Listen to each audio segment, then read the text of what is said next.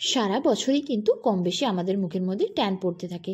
তার ফলে অনেক কিছু ব্যবহার করেও ত্বকের কালচে ভাব কিন্তু দূর হয় না। আর এই বর্ষাকালে ত্বকের কালচে ভাব যেন আরও বেড়ে যায়, কারণ বর্ষাকালের গরমটা প্যাচপ্যাচে ধরনের গরম। তারপর সামনে রয়েছে বিভিন্ন অনুষ্ঠান বাড়ি, আর কিছুদিন পরে পুজোর অনুষ্ঠান। তার আগে যদি নিজেদেরকে সুন্দর করে তুলতে চাও, পার্লারে গিয়ে অনেক অনেক টাকা খরচ না করে বাড়িতেই যদি তোমরা ত্বকের যত্ন নিতে চাও, তাহলে ঝটপট করে আজকের রেমেডিটা দেখে নাও। বাড়িতে তোমরা কিভাবে বাড়িতে থাকা কয়েকটা জিনিস দিয়ে একটা গোল্ড ফেশিয়াল খুব সহজে করতে পারবে, সেটাই তোমাদের সঙ্গে শেয়ার করব। তার আগে বলবো, এখনও যারা চ্যানেলটিকে সাবস্ক্রাইব করনি তারা চ্যানেলটিকে অবশ্যই সাবস্ক্রাইব করে রেখো, আর আজকের রেমেডিটা ঝটপট করে দেখে নাও।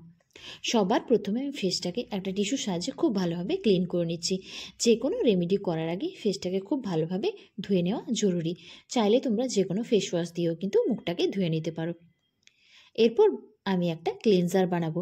তার জন্য নিয়েছি 1 চামচ মতো টক দই, এর সঙ্গে মিশিয়ে নেব 1/2 চামচ মতো মধু, আর তার সঙ্গে নেব অল্প পরিমাণ বেসন। রান্নার যে বেসন হয় আমি এখানে সেটাই নিয়েছি। তারপর এই 3টে জিনিসকে খুব ভালোভাবে মিশিয়ে নিলে তোমাদের খুব ভালো একটা ক্লিনজার এবং স্ক্রাবার রেডি হয়ে যাবে। একসঙ্গেই কিন্তু দুটো রেডি হয়ে যাবে, তোমাদেরকে আর আলাদা করে কোনো স্ক্রাবিং করতে হবে না। এরপর এটাকে আমি আমার পুরো মুখের মধ্যে লাগিয়ে নেব। হালকা হাতে 3 থেকে 4 মিনিট মুখটা খুব ভালোভাবে মাসাজ করব। টক দই আমাদের ত্বকের মধ্যে থাকা যে কোনো রকমের কালো দাগ ছোপ বা সানট্যানকে খুব সহজে দূর করে। আর বেসন তো সেই প্রাচীনকাল থেকে ত্বকের যত্নে ব্যবহার হয়ে আসছে।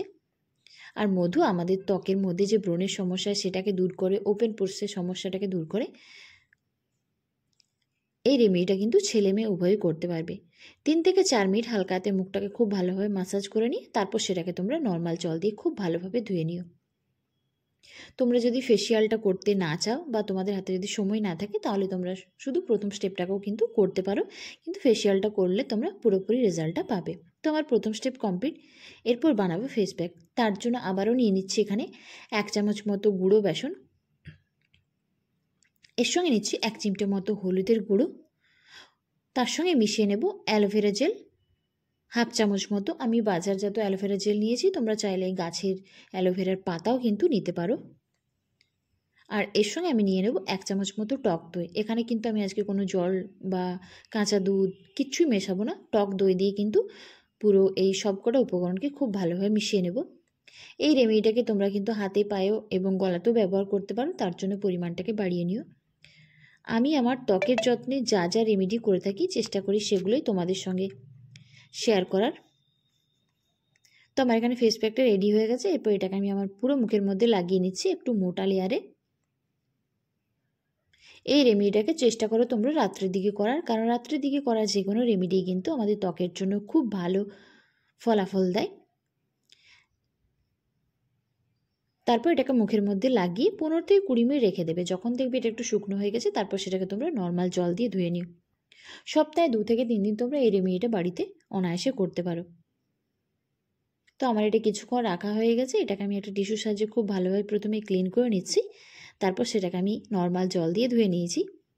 আর সবশেষে তোমরা যে কোনো ধরনের একটা টোনার এবং ময়শ্চারাইজার কিন্তু অবশ্যই ব্যবহার করো।